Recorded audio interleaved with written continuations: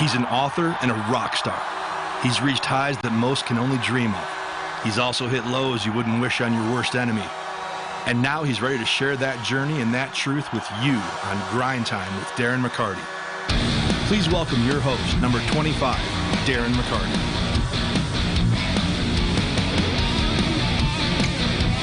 Yes. Wednesday, April 24th. It is a Wednesday night. I looked at my phone. It's 7:08 p.m. A little early, but this is what we do when we have great guests like my guest today, who has a day job and actually has to get up at 4:45 in the morning. So, Sean Belegian, we'll get to you. Thank you for coming in again. We're going to get to, as we did a few episodes ago at the beginning of the first round, talk a lot of hockey and a lot of NHL playoffs, how freaking bad we all were and the upsets going on in the hockey world. First things first, so I got to address something here on Grind Time with Darren McCarty. I am him, four-time Stanley Cup champion.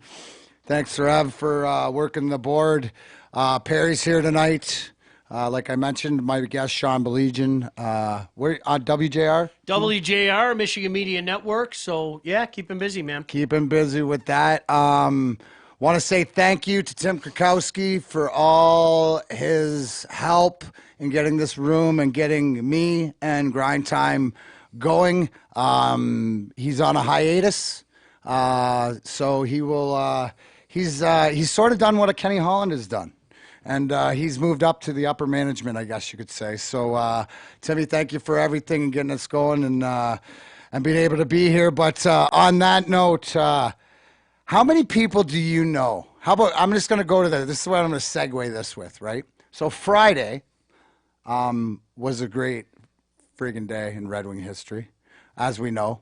But I want to caveat this was, how many people do you know that in a 24-hour span got to shake hands and congratulate Steve Yzerman for coming back to the organization, and then the next night get a picture with Ron Jeremy opening up for him in Flint at a comedy show? Yes, only you, your host, one right person. Here, one person. You would expect nothing less from me, Darren McCarty. I did that. I want to touch on that because 420 was Saturday. And anybody who knows me and my love of the cannabis plant, if I have to tell you, these are Red Wing jerseys. This is my Hall of Fame. I've done everything, as you've seen in the past. You can Google it. What I would do for the Red Wing crest on the front is what I do now for the cannabis plant, because it saved my life. And it can all the years, but I got, so 420, I got to go up and see some of my folks up in the Flint area, and I got to open up for Ron Jeremy. And I'll tell you this. Ron Jeremy, great conversation, nice guy, looks casket sharp, actually funnier than I thought, pretty good stories, and you know what? He was really, really concerned of the Flint water crisis. No kidding. He had more questions. We had a conversation about that, and he had about 4 people from Flint up there telling him that he couldn't believe the travesty. And he did I did bring it up because I believe that life doesn't go full circle. It's an infinity circle, so it closes and opens again. So mine with Ron Jeremy, I got to close mine because 1991, when I was 19, because I played junior with Brent Gretzky, Wayne Gretzky's younger brother. So he was in LA at the time. I spent a week out there at Wayne's house. Got to go to Bar 1, and I saw, thank you. I just said Wayne. It could have been Wayne Smith. Is he famous? You said Gretzky. No, it was Wayne Gretzky. You followed up, yes. Yeah. And got to go to Bar 1, which I said, yeah, Ron, I saw you and a couple other porn stars in there and named it off. And he went in, oh, yeah, Nicky Six from all the crew you own now. Yeah, you probably saw me in here with this and this. And he went back. So a little bit of, Ron Jeremy was a special ed teacher. That's what he started on, yeah. Wow. Yeah. And he says it's pretty tough for a guy to come 4 times in 30 minutes when he has diabetes. That's what I got out of his set. So thank God I didn't have to do that. There's your porn education 101 on Grind Time early in the session. That's quite a way to start the show. Yeah, man. That's what we do here. But let's go back to hockey porn now, and that would be the landing the number 1 free agent out there player or elsewhere in Steve Yzerman. And I'll tell everybody this right now, and I haven't I don't know if I've said it on the record. I might have. But we went through March 26, 1997, recently on the 22nd anniversary, and we talked through the game. And it's if you haven't seen it, go to the Grind Time podcast archive, and you can listen to it. But what we talked about then was that after that game, it wasn't about the revenge, but it was about winning the game because it was getting Colorado off our back because we hadn't beat them. But it was the proverbial sigh of, wow, it's going to be all right. I don't know what it means, but it's going to be all right. That's the exact same feeling I had when Chris Ilitch announced Steve Yzerman as the GM of the Detroit Red Wings moving forward. It sent chills down my spine, and I had the proverbial, okay, it's going to be all right. I don't know what it means. And I couldn't be more excited. It just, you can use a lot of analogies, but things are right in the world. And I like the fact that he said the imperativeness of having the press conference so early is because they had work to do. Yeah. I mean, it's no and what I love about it, why it makes so much sense is because he went away and cut his teeth. And he went away and he's got a track record. And he's failed. Right? Now, succeeded sort of, if you look on the curve, if you're rating on the curve, and like in school, he's succeeded. But to him, he even said, Steve Yzerman said, not winning a cup is something that disappoints him. Right? So all I know is history with Steve Yzerman. Through great disappointment has come great strength and triumph. I've been there with him. I rode shotgun with him through some of the worst times, and losing to Jersey in 95, losing to Colorado in 96, and then winning. So I don't know when. It's coming. It's sort of like Game of Thrones. It's coming. Sooner than later. Mac, a couple things come to mind. Number one, how they were able to keep that so hush-hush. I mean, nobody knew. And you're right. I didn't know. I didn't know. But I think that the imperativeness that you see, and it's been touched on, and it should be touched on. Ken Holland is, if you're going to retire another jersey, it would be Ken Holland's jersey, in my opinion. That it would make sense out of anything for what he's meant to this organization. And no truer thing is leading by example and, moving up and realizing the good of what he always preached to us. Hey, we're going to stay here. You're going to take the hometown discount. You're going to take a pay cut. Because why? Because of organization, right? Because you wanted to be here. It's all about culture. I was just going to ask you, now, we talked about that the other day, and this culture, how was it created? Who created it? Was it one person? Was it Kenny? Was it Stevie being the captain? And, I mean, obviously everybody bought into it. Well, now we can look back, right? I mean, I can sit here in 2019 and look back, and I have a great perspective because I grew up a Red Wing fan. I grew up 40 minutes, give or take 10, for the border of my house. I grew up in the Dead Wing era. Thank God, we mentioned it before. Thank God I had the 84 Tigers, or else I'd be friggin' miserable like any 12-year-old these days with Detroit sports.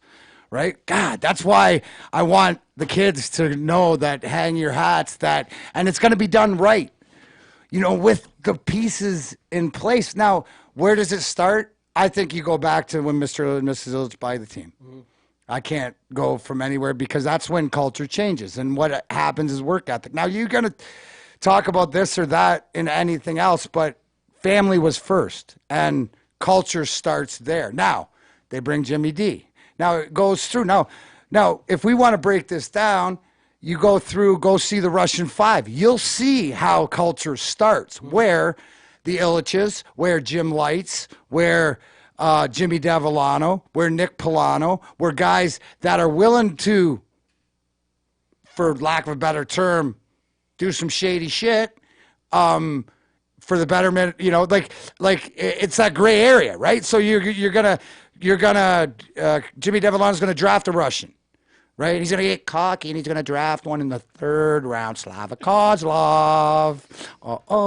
Right? Yeah. So, right. So there's that, but you look at the way that the history's played out, but it's culture being brought. Now, what's the biggest end piece to that is Scotty Bowman. I mean, because winning, he brings, right, Jimmy Devellano and Russian Five.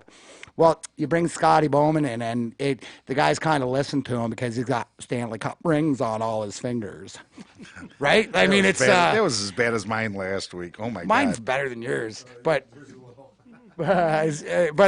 right, because and that's the thing. But the culture starts, and so you go from leaders from up there, from Illich, from Kenny learning that, Stevie evolving, changing his game to a more all-around game, going from 150 points to winning Selkies.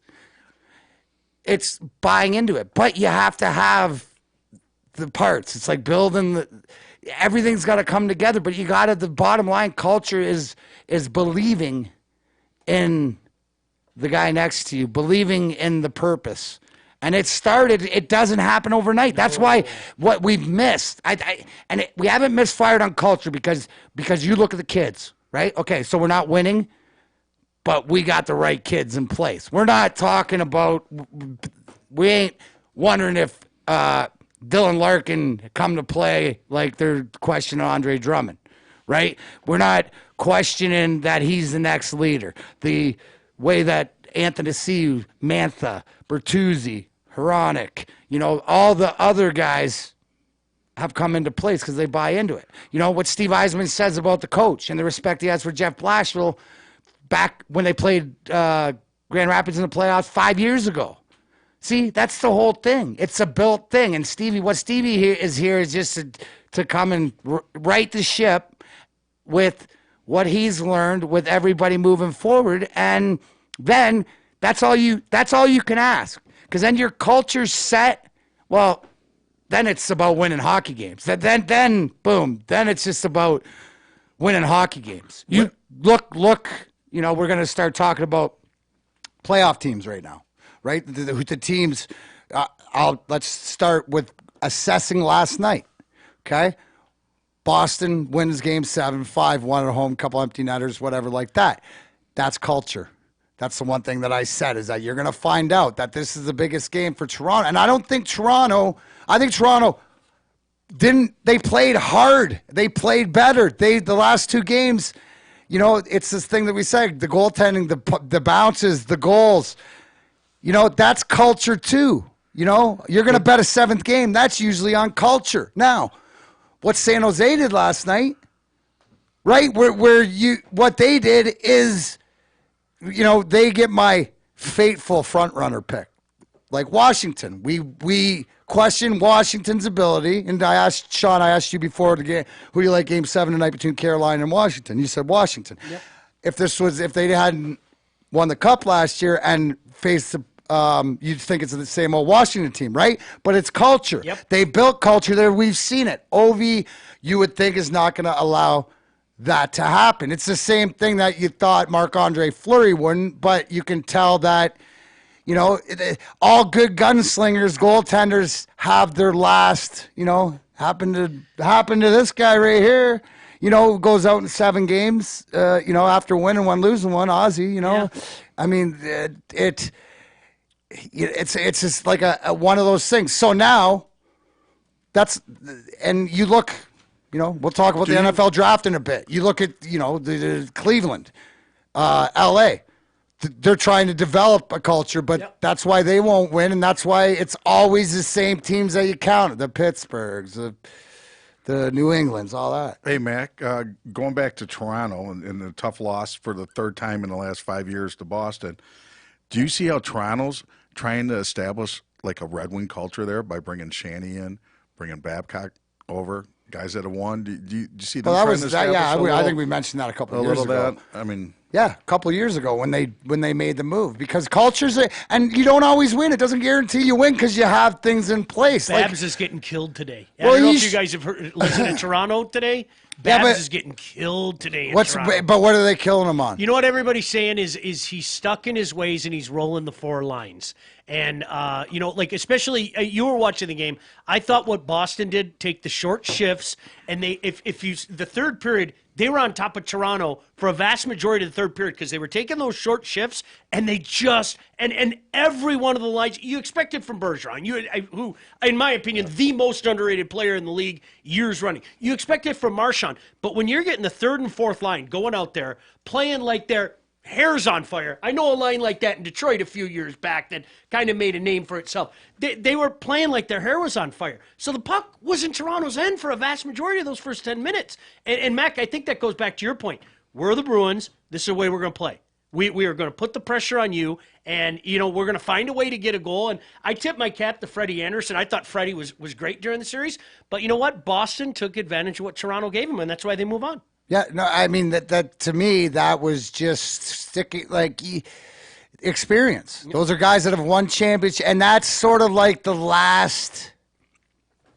To me, what they had to get beyond the Boston's last ditch isn't done. Like Pittsburgh, they might be beyond it. That was sort of last year or the year before was they're coming onto it just because I see what I experienced. Right. So now you look at, let's go through some of the other series. But like what Boston has is because when push came to shove, the guys stepped up, and, whether or not winning's tough. I mean, Toronto just, it's just that there's that thing, there's that thing. And when did you first noticed the culture of the Red Wings? Was it when you first joined, or was it a year or two in? No, because the culture changed.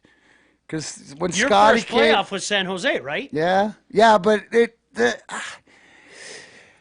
it's you noticed it probably 96. Okay. When you're gonna go to the Russian 5 and realize the puck possession and the talent and the identity, and to realize that. 96 and then into 97, we still were, developing our culture and our identity. And so maybe the answer to your question is March 26, 1997 is the answer when that nailed it. Yeah. Like you said, the proverbial, it's going to be all right. Right. And that didn't mean we were going to win, but the thing is you'll feel it, not just the team, because when teams have it, they just talk about it, right? They tell you how they're feeling as a fan base. Okay, if we're feeling this way, you're supposed to feel it. No. When you feel it, we all feel it. We don't need to talk about it. Sure. Right? Yeah. It's the proverbial, you just know. And we know because we've been there. So now, our age group, for whatever, 40 somethings, 50s, 30s, whatever it is that are old enough to remember what it took, right, are going to be reminded because, for lack of a better term, our fearless leader has gone on a 9-year trek, gone out there and got educated throughout the world on different things and brought all his little toys and his tools book and his back home. And I can't wait to see what plans it, because I think the biggest thing with culture is direction. Yeah. You see a direction. You want to talk, let's break it down to what I was talking about before, about Grind Time, the podcast. So we're trying to build a culture here. And it's a culture of people, like-minded people that, the same sort of things, whether it's me talking here, reaching out to all you guys out there, whether you're watching on Facebook or you're listening on a podcast, it's our connection where we can talk about these things. And I'm excited because for lack of a better term, I just think it brings the whole organization, the whole family from young to old together. Yeah. It's almost like, okay, so your cousin's, been over serving in, the Middle East, and he's come home, everybody, it makes the family feel, fuller, more purposeful. And it's sort of like you said, one of the things we talked about, and you can please allude to this, Sean, about what you liked is that when Stevie 10 seconds in, the press conference and what he said. What was it that you liked about the best? I love when he said there isn't going to be a short answer. Please be patient. This is going to be tough, and we don't want to get a little bit better. This franchise in the last 25 years has been judged by Stanley Cups. People need to hear that. It's not like he's going to walk in and wave a magic wand. He's going to have to get dirty. But here's a guy, to your point, Mac, following the junior ranks and doing broadcasts for whether it be the USHL or the OHL and even university games. I've seen Steve Yzerman everywhere. Here's the general manager of the Tampa Lightning, okay? And this fucker's up in Plymouth. Can I say that? I'm sorry. Oh, yeah. No, but you know what I'm saying? It's my show, brother. Yeah, that's true. Fucking air it out. Sean, say whatever the fuck you want. Motherfucker, cocksucking fucking, he's up in motherfucking Plymouth. I'm sitting there going, you're the general manager of the Tampa Lightning, and I get he's got a place up here, but he's up there scouting multiple OHL games. And he's up there with that serious, the Stevie look on his face, that serious look on his face with the glasses and everything, studying these guys. And Mac, I think what you said is perfect. It wasn't all roses down in Tampa. He took over. He had a great first year. And remember, he brought in Guy Boucher, and everybody was like, oh, this is just brilliant. And then they flamed out. And they had to have some lumps. And the one thing that I love that he did, and this should put guys on notice, you guys know this, he made hard decisions. To get something in this league, you have to give up something. Well, let's and you know what? Take it back to Marty St. Two of the most prized people in Tampa history, Marty St. Louis, that he doesn't have him as a GM on the Team Canada, trades him to New York. Vinny Lecavalier, same way. Betterment of the hockey club. Look at Drouin. Here's a kid that tried to hold Tampa hostage, and Steve said, you're not going to hold us hostage. We need you right now. And he said, you need to trade me. It's like Slapshot. Trade me right fucking now. And he's going, no, we need you right now. Drouin responds in the playoffs, and guess what? All of a sudden, a phone call comes in, and you get yourself a stud in Sergachev, who's going to be a stud in this league. Really good. And Drouin's fine. He's a fine player, but those are the type of decisions that you have to make. And it might be part of this puzzle. He may let go of a guy that at first glance you're going, are you really getting rid of him? But you know what? I think he's kind of proved through his creativity, he knows how to build a team. And so in that regard, I think people are willing to give him a lot of rope, so to speak, because his deals have worked out. That's where, in my opinion, he's made his mark in Tampa, is the creativity, whether it be, as you mentioned, St. Louis, Lecavalier, Drouin, making those deals, making his team better in the process. They're going to be good for years to come. Well, let's start there in the playoffs with the upset of the first round, even though there's a bunch of them, but the sweep of the Islanders over Tampa Bay. Now, over Pittsburgh. That was who beat Tampa? Columbus. Yep. Columbus beat Tampa, which I remember saying that if Kucherov doesn't show up like he did the year before, but this year, I had mentioned that Hedman, he's up for the Norris perennial Novus guy. Strawman, who's their stalwart back there, they just, as deep as they are, and they can roll four lines and get some sort of production, they weren't that good, and it came down to goaltending. And Columbus, they believe, like you said, you sat here with Ken said they rolled the dice, kept Bobrovsky, Panarin, made a deal for Duchesne. They put the eggs in the basket. All I see from that team is they believe in themselves. I was just going to say to you, was there ever a series that you can recall where... And they were down 3-0. In 17... I was going to ask you to that point, Mac, was there ever a series that you recall where, I know nobody would say it, but maybe in the back of your head you're thinking, I don't know if we can do this. And then as that series went on, they started pounding Tampa. Make no mistake about that. No, they took over the series. They made Tampa quit. Absolutely. Yeah, no, I mean, here's the kicker. And I knew it was over when Kucherov takes that dumbass penalty and gets suspended. That's a guy that just, selfish. You can't do that because you got to face that adversity. That's why, we look at, the Washingtons who are facing Game 7 tonight. Against Carolina, but Carolina team too. They don't go away. They play hard. They play like their coach. right? Their coach is Rod Brindamore. Rod Brindamore was one of the best two-way hockey players, and they called him Rod the Bod because he just would work out like a fiend, right? But resilient, hard-working. The one thing that you'd always say about him as a player is two-way guy. Always worked hard. So, Columbus moving forward. So do they play the Islanders? No, Islanders are going to have The winner. if Washington. I winner don't of think. this. See, you know what? The winner of It used to be Washington, simple when they used to get the brackets and not reseed them. Because love the I can't pay divisionals. attention. I'm sorry. Yeah. We grew up with 16? the And give me Adams, Smythe. Give me the Patrick. Yes. Give me the Norris. That's what I want. Hey, I got a question though. They haven't been celebrating at home after the win with their little. No, they tricks. cut that out just before the That's season such ended. bullshit. Yeah, they cut it out. I love that. Great. It was, It's dude. awesome. It's That's awesome. so great. Did they do it when you were down there when you called the game? No, they weren't. They hadn't done it yet. No, they hadn't. They hadn't done it yet. So that picked up, and they should send a thank you note to Don Cherry after the season because what a Don bunch of Cherry with the jerks. whole bunch of jerks thing Yeah. made that franchise a whole heck of a lot of money. We'll leave it at that. That was Mac. I'm so glad to hear you say that because. So many times you hear a stuffed shirt guy, that's not the way you play the game. Have fun. Dude, The whole dude, gang is loving it. Go have fun. that's the whole thing. Play hard, have fun. If I'm going to tell you that when you're a kid, you know what I mean? That's all that is. It's not rubbing in anybody's faces. You ain't making fun. And it's creativity. And the fact that who thinks he's up is brilliant. Yeah, and the absolutely. fact that the way they got it choreographed. What was your favorite? Did you have a favorite?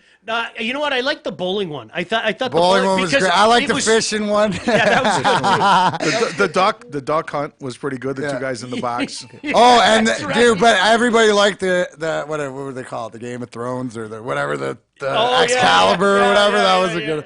But the fact that we're talking about it is phenomenal in that aspect for what they've done. So we'll see. I mean, if Carolina wins tonight, I'm not surprised. It's just the type of game that it would be. No, I'll be pissed. Yeah, you gotta. I need we need them to lose. I want them to lose so I can they can send the four guys back down the Oh Charlotte. yeah, that's right. Yeah, Perry's got a selfish interest because Yes, his Mike Vellucci is. Coach of the year. Coach in of the the year in AHL. the AHL. There it is. Bowling, boom. Oh, I like that. Yeah, Down they go. that's Yeah. awesome. Yeah, Wait. So was Bert? Who? Here's Oh, the baseball one. Yeah, he hits one out of the park.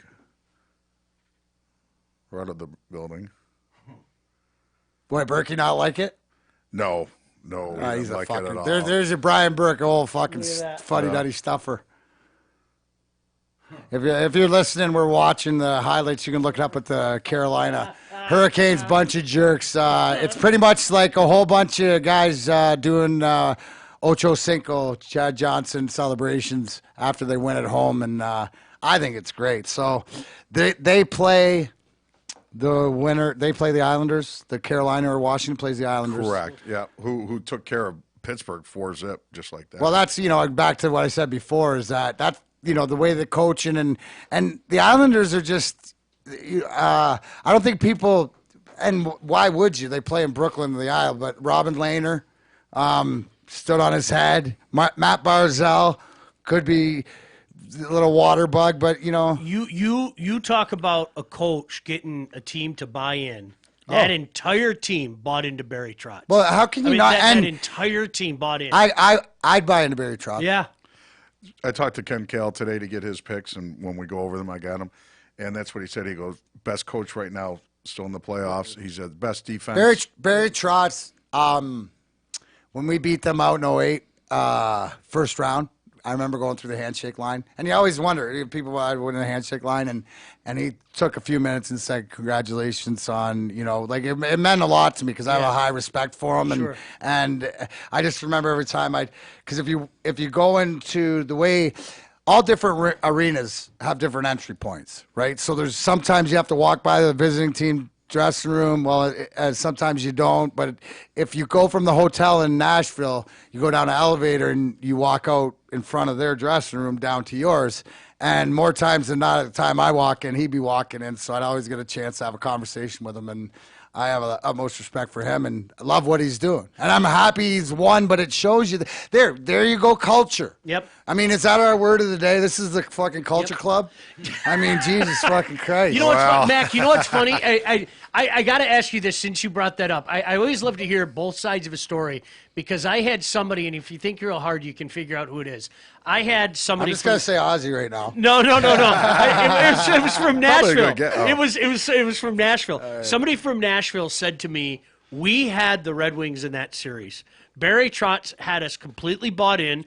We took those next 2 games. We had them." When Chris Osgood came in, because people forget, Hasek started. Yeah. He goes, when Chris Osgood came in, he put his hand on his throat and he didn't let go. And you guys didn't lose again till the conference finals. I know. You swept and, the last that's when Colorado and the Mule went on like a 28-goal stretch in like 2 games. Wait, in your proverbial 3-game sweep of Colorado. Yeah, that's the only.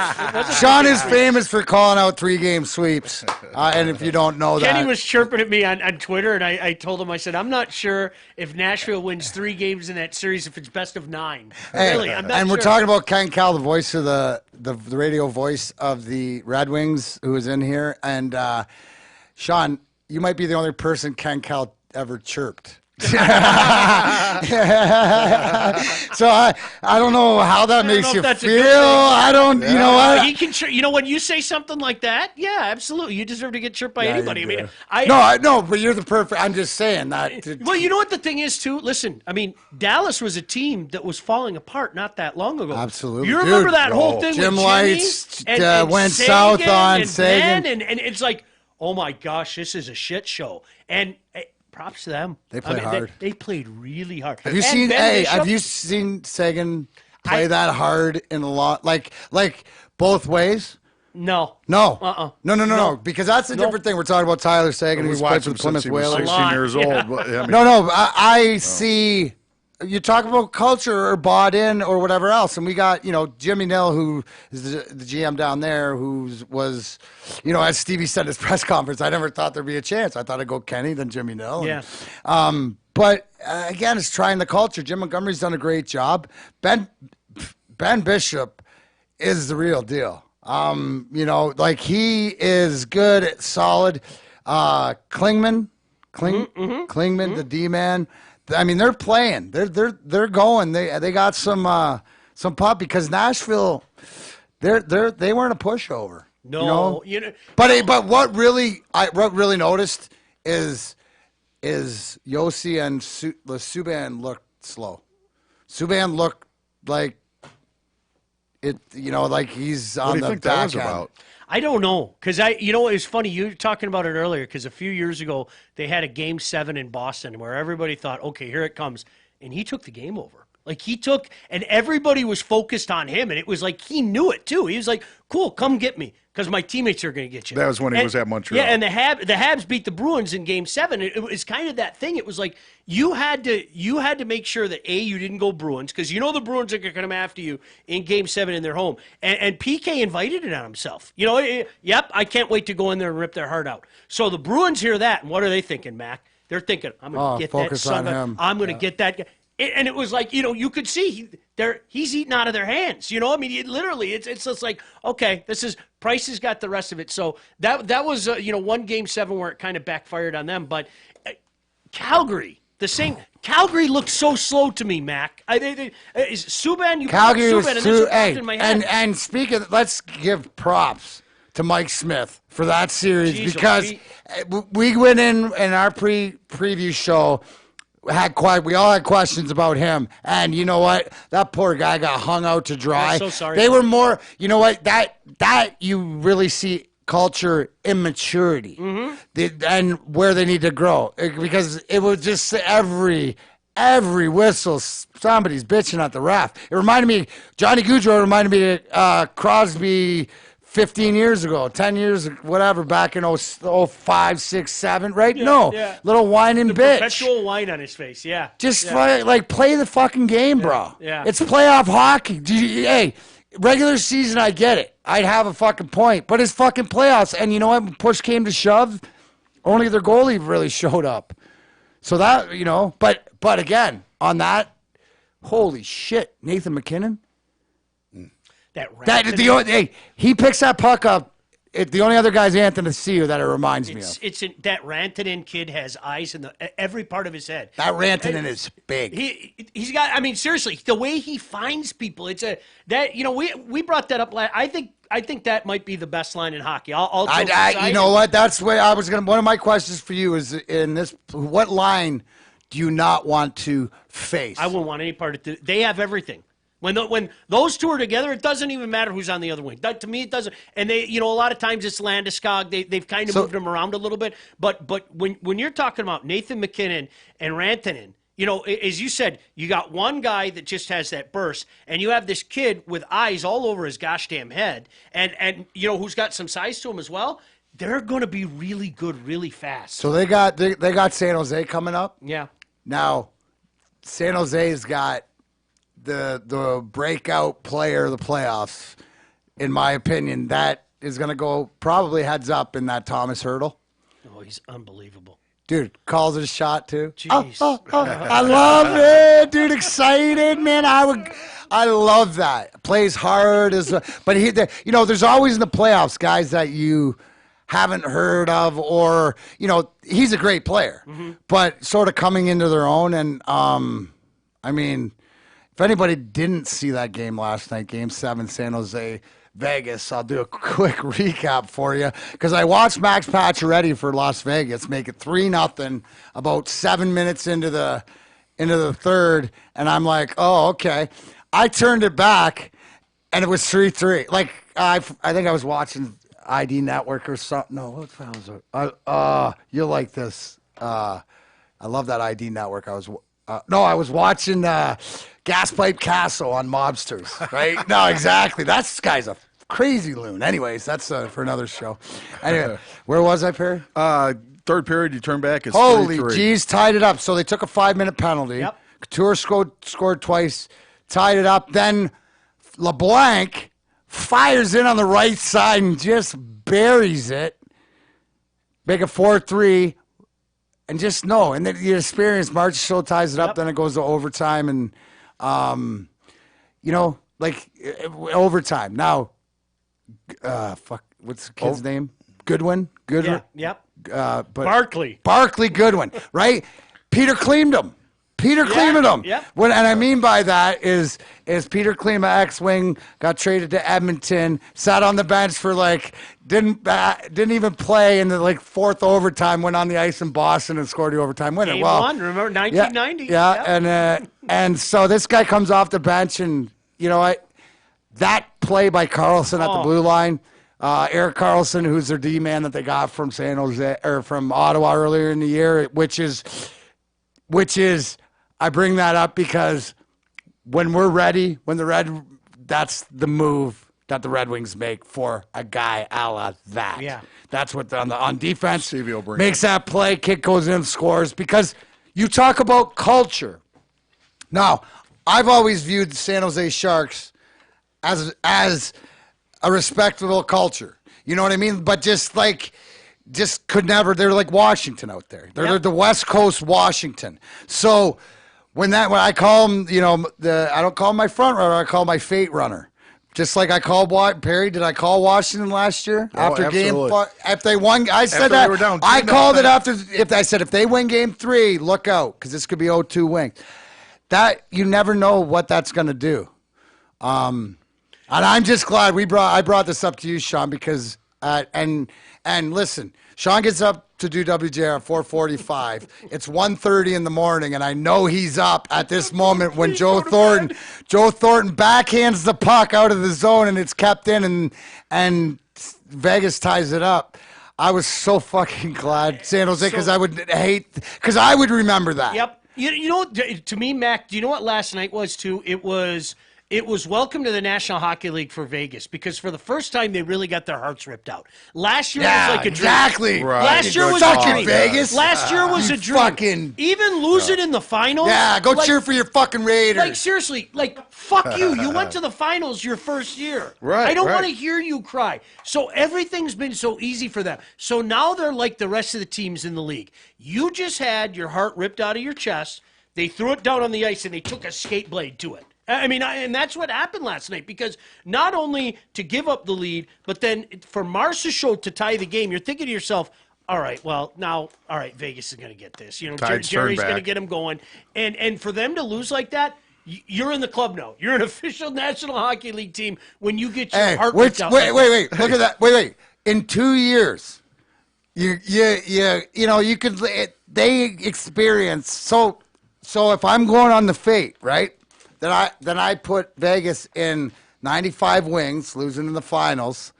Then it's like 96 Colorado. So that it could be the wake-up call that they need moving forward. Obviously, they have the building block. That first line in Stastny, Stone, and Pacioretty, they real good. And the guys in the system. I mean, you know, like, seriously, I mean, all those rumors about Kenny going to Seattle, and obviously we know he's been kicked upstairs, but before that, there were all those rumors about Kenny going to Seattle, and I was thinking to myself, who wouldn't want to go into Seattle? I mean, the welcome to the NHL package that they What's gave. the speaking of that? Vegas. What's the word? Is there a rumor of who's going to get that job? Or? It was Ken for a while, and you know the big I thing, heard that one, but it's when Mackenzie's talking about it, you know, and that wasn't that long ago when Mackenzie's talking about it. So, you know, now I think Ken's happy where he's at, where he lives, and obviously happy what he's doing. So your guess is as good as mine what they're going to do, but that is a job that anybody would covet. When you're talking about the welcome to the NHL package they gave Vegas, are you kidding me? Who wouldn't want that? Half the teams in the league would trade spaces with that. Oh, with that absolutely. team. To get that opportunity. Half the teams in the league. No all doubt right. in my All mind. right. Before we get going, Perry, will you kindly go through the breakdowns of the predictions for the do we first have round? to? Who's leading? It's a tie between you and Mr. Ken Cal. At how many? You're both 3 and 4, depending. And if Washington wins, you'll both be 4 and 4. Okay. And Washington's up 1-0. At home, Yep. Washington's up 1-0. Yep. How basically, we got crushed on. who did Sean have to go? Just go through Sean. Let's remind Sean who he had in the first round. All right. What did he? What? I'll tell. You say what he predicted, and I'll say what really happened. Calgary in 5. They got swept. Vegas in 7. All 4 of us had Vegas in 7. That's right, Yeah, because yep. it came down to culture, and I thought the Fleury Sharks culture. going Sharks. Sharks going Sharks. We all did. Now you know what? It's not going. And so they had some injuries going in. San Jose did. Perry, we're not going to talk about. Yes, they did, but you can't blame it on the injuries because you know Tampa. You still wouldn't have thought that with their top 2 guys. Okay, next. Dallas and Nashville. Sean had Nashville in 3, but I made it 4. And what it was Dallas and Dallas in 7. 6. Dallas in 6. yep. Dallas and 6. Yep. Yep. And then That would you say that? Well, wait. I just caught myself. I was going to say, would you say that's a surprise of the first round? I mean, Columbus aside, the way that the way that the games played out, I guess that sort of surprised. The sweep surprised me, but not as much as the Dallas. Because of the turmoil early on in the season. That's exactly what I was banking on. Honestly, that's exactly what I was banking on. So, I just so thought it again, was a when we're mess. talking, if this is the culture talk, then that goes to show you that there's progress in their culture. What else? the next one, St. Louis and Winnipeg. Sean had Winnipeg in 7, and the rest of us had Winnipeg in 6. So that was a 4-2 St. Louis. That was St. Louis in 6. I think you misspelled. I think I had St. Louis in 6, Perry. Anyways, go ahead.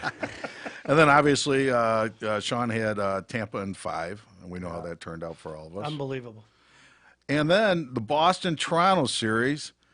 Sean was the only one to take Toronto in 7. We all had 7, and I took the Leafs in 7. Yes, you did. Yeah. Yeah. I like Anderson. I do. And I thought that was one of a few, in my opinion, that I think when you're looking for bad guys in Toronto today, don't look Freddie Anderson's way. I thought he was stellar. Who would Especially, you look to? Poor Gardner again. That poor kid 2 years in a row to have. Now it wasn't as bad as last year, But when he did that reverse behind the net on the second goal To nobody? to nobody. Wait. No, it was to Nordstrom or Yeah, who? yeah. Nordstrom. By the way, he played for the other team. You know what? I honestly, it was like that weird deja vu because I'm not joking. I get uncomfortable seeing guys have games. So do like I. Dude, I got to change the shit. Seriously. That's why, think about it. That's why I watch like mobster shit or death shit or whatever. I'd rather turn it to watch some true crime thing than go through something that I know what it feels like, the experience That of. poor kid had, I don't think this is an overstatement. 2-0 already, Caps. I don't Again, think this culture. I don't think this is an overstatement. It was one of the worst Game 7s ever last year. I mean, it was atrocious. So when he made that What, reverse, Ticky 5? Yeah. So when he Ticky means minus, by the way. when he made that reverse and then he went to the bench and they had that camera shot of him and he just eyes wide open and he just went like that and I was like, you never I'm wanna gonna see go this. watch The Unforgiven. I'm gonna go watch Little Bill hey. beat the shit out of somebody. Hey, you know what? I think he did it for us, boy. Look at Willie. Hey, Look Little at Willie. our boy Hey, Tommy attaboy Wilson. Willie. Tom Wilson, former Plymouth Whaler, opens up. Oh, do you think he learned that from Ovi? Do you see the way he opened up there, almost on the goal line? And did you see where that puck went? Short side roof. I think you watched your overtime goal in March 26th. Oh, dude. How you opened up Perry- against. God. Perry, were you at the Listen, game? that was awesome. Mac, I know you're up for a good OHL story. Were you at the game? Always. Were you at the game against London where he just I've never seen it. He was a one-man wrecking crew. Absolutely. He scored 4 goals against London in the playoff. Mac, he was inhuman. Honestly, it was like one of those moments where it was like an out-of-body experience. Like there was nothing anybody could do to him. It was weird to watch. Like you're a man among Well, boys. here's the whole thing too, is that but you can see it in the OHL a little more. I played against Eric Lindros, right? Perry changed his diapers or something like that. I don't know, but no, we came through. But right, so there's certain at that age where, and I experienced it too, like looking back, but like when you're a 19-year-old in the OHL and you got some confidence, it could be the greatest fucking dude. That like for me, as far as playing hockey and like feeling indestructible, my last year in junior, having so much, because you really, and Willie's the same way.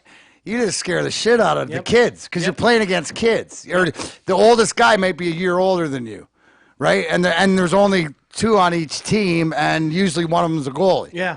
Right. So the physicality of it and understanding the psychology, because that's what I see with Tom Wilson, right? Is that because you got to realize is that he is one of the perennial power forwards in the league now, and to be a power forward in this league, it's not the same as when I played, okay?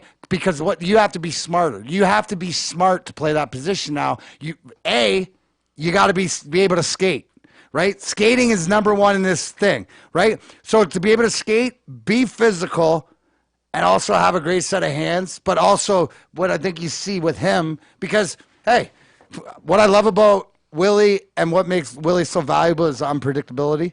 Right? Which, in other words, is a nice way of saying he's fucking got some crazy in him. Takes one to know one, right? Yeah. Takes one to know one, which is willing, right? But he's learned how to temper that. Mm-hmm.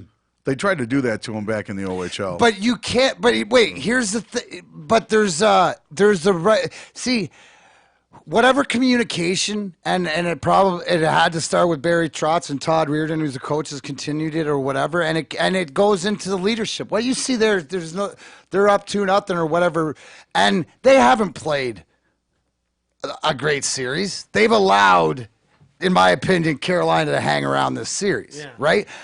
But what is the culture you see with the Ovies about the guys when you win and then you believe and you just go and you realize your value because you realize your worth, right? And that's, you playing with 2 of the top players in the NHL and making it look, I mean, dude, if he was, I mean, I know Ovi was the MVP last year, but I mean, Willie was like my MVP. I mean, without him, they don't, because they're so much bigger. He just turned 25. I mean, that's the crazy thing. That's what people don't understand. Like, Mac, when you won the cup, you were only 25 years old. Yeah, I so mean, he won- that's what people yeah. don't understand. It's just, you know what? And as you get older, you think you know it all at 25. I can't imagine what it's like at the National Hockey League level. Well, when you get in your 40s like us, you sit back and you're like, I didn't know shit at 25. No. I didn't know shit at 25. And crazy. that's the thing that people don't understand is, here's a guy with all the ups and downs that he's had that has matured into the player he's matured into today, and he's still only 25. As he's hog-tying Teravainen when trying to get into the bench. Exactly. That's it. Exactly. Yeah, get out of here. What are you doing? I mean, Yeah, I love him. But because they don't, like you said, to be able to be that versatile and to be, that tough, but to be able to pick your spots and to know when to use it.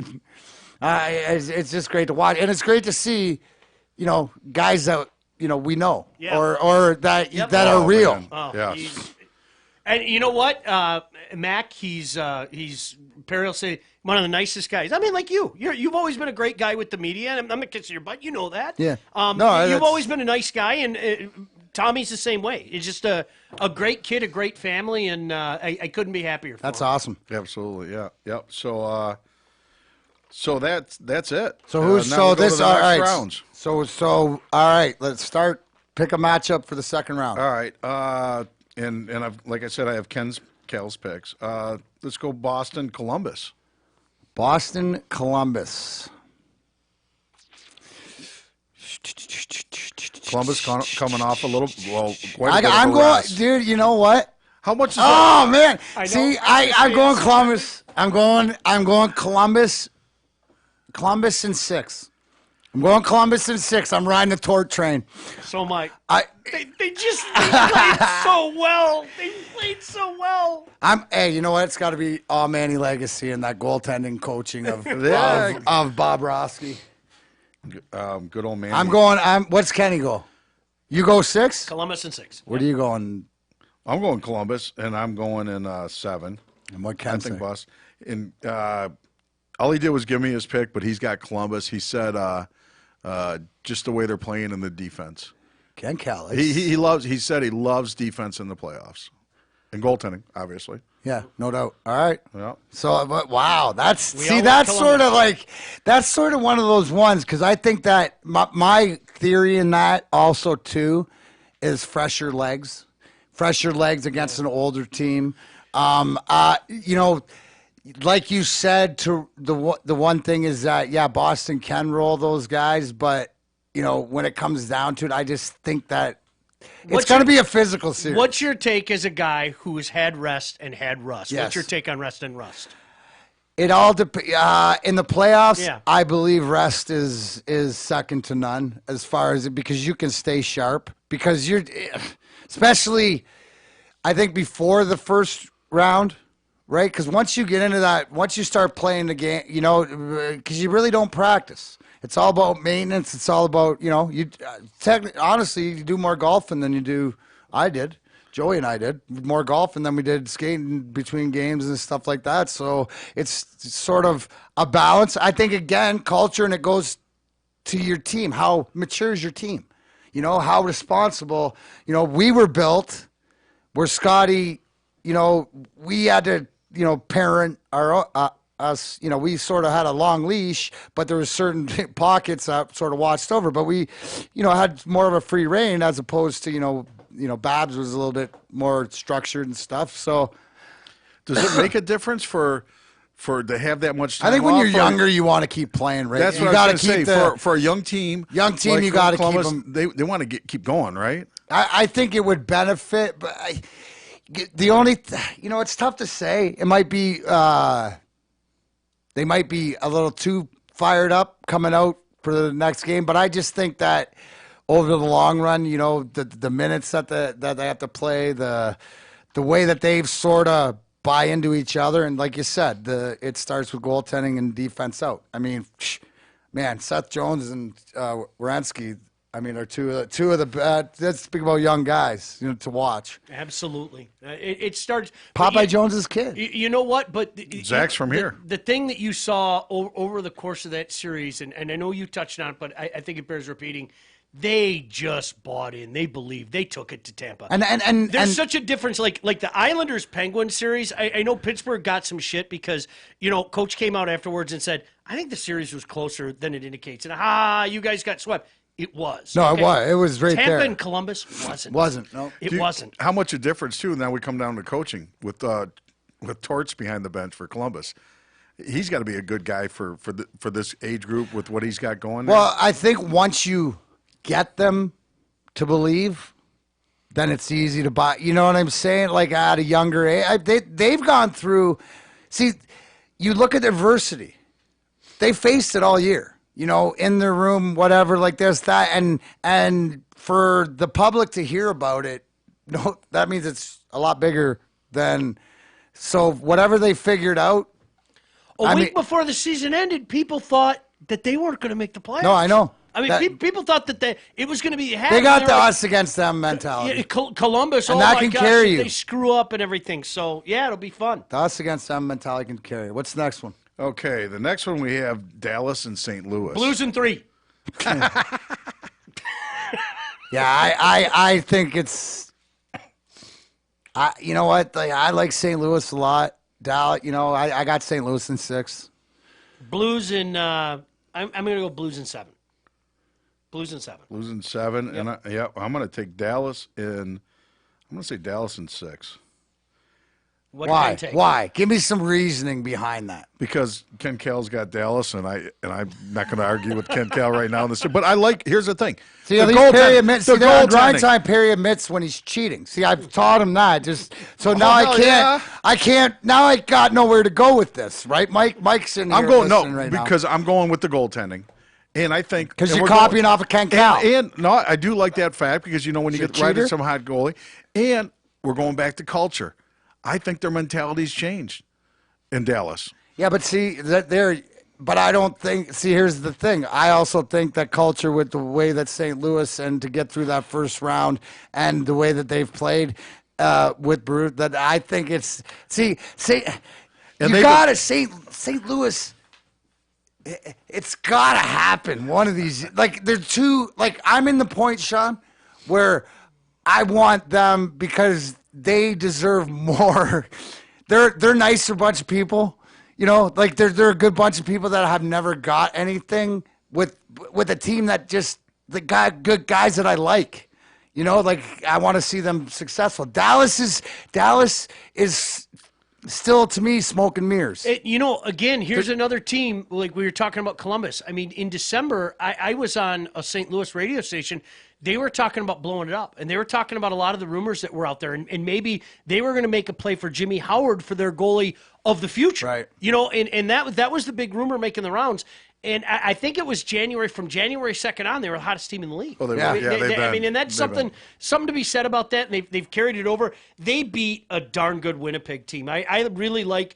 You want to talk about a guy that took his lumps, Kevin Chevalier, off their general manager, said, all right, guys, we're going to suck. And he did it the way that I expect Steve to do it. You know what? We're not going to, we might be able to squeak in, but we're going to stay the course. We're going to groom our guys. We're going to make some moves, maybe trade this guy off, trade that guy off to upgrade. And I like the way he did it. It just didn't pay off this year. But here's the thing, and to your point, I believe we're closer Stevie start than what Cheveldayoff had to start off. No doubt. Right? No so doubt. so but the fact that it works out that way is, like you said, if something comes along that makes sense, we're going to do it. Yep. I'm not going to say no, but the fact that I really believe, and getting back to the decision to realize when people ask me, oh, like you said, it was so hush, because I think that it happened the way that they said. I believe it. Like last minute, where Kenny realized coming down the stretch that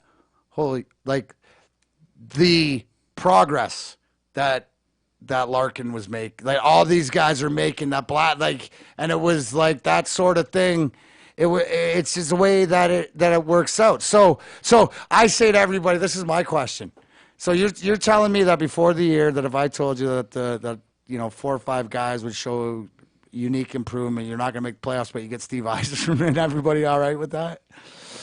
crazy. And you know what? I wouldn't at all be shocked if he ends up trading one of those guys. I wouldn't at all be shocked because that's been his MO. Like, he's going to make hard decisions, and he's probably going to make a decision. Yeah, but the whole thing is when he does it, though, you watch in return. Absolutely. Right? It's going to be something. You're going to have to give something to get something. Right? And that's not the problem. But the thing is what you have to trust is direction. Culture comes direction. So, Scotty Bowman traded a 50-goal guy in Ray Shepard for the 37-year-old Igor Larionov. How'd that work out? Right. Oh, that's.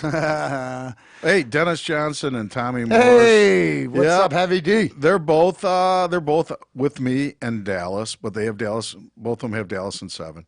Goaltending is what they're saying. Okay, all right, you're going with the Bish. Yeah. You can't. I mean, if you're going to stay with the Bishop, I guess you can. You can, but. Again, intriguing series, Sean. Yeah, I mean, I could see it. It could be one of those things where either or. I think the first, home serve really. You talk about, like, St. Louis, their whole franchise career. Like, early on, when Scotty was their coach and got them to the finals those years, and they weren't going to beat the teams on this side. But even Mac, like, back in your day, St. Louis always had good teams, and that was their problem. They were just good. That was always their problem. They were just good teams. Well, it's like like I tell it's St. Louis, and it's like I tell all the Chicago people that they should thank me for retiring so that they could win cups. That's But St. Louis had to go through us, Phoenix, Winnipeg, us. We were talking about this on the golf course the other day. Shout out to Paul if he's listening. Yeah. Smooth lefty, wrap that thing around his head. Holy cow. And congratulations on the divorce. On the divorce. It was on his divorce day. That's funny.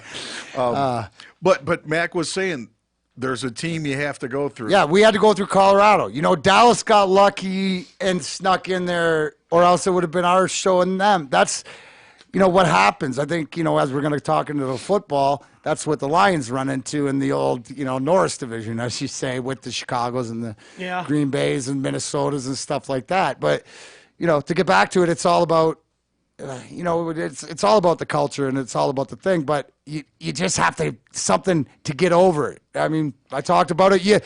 I don't know. The only way out is through. That team in '96 too, and if you remember, they kind of went mercenary because it was like.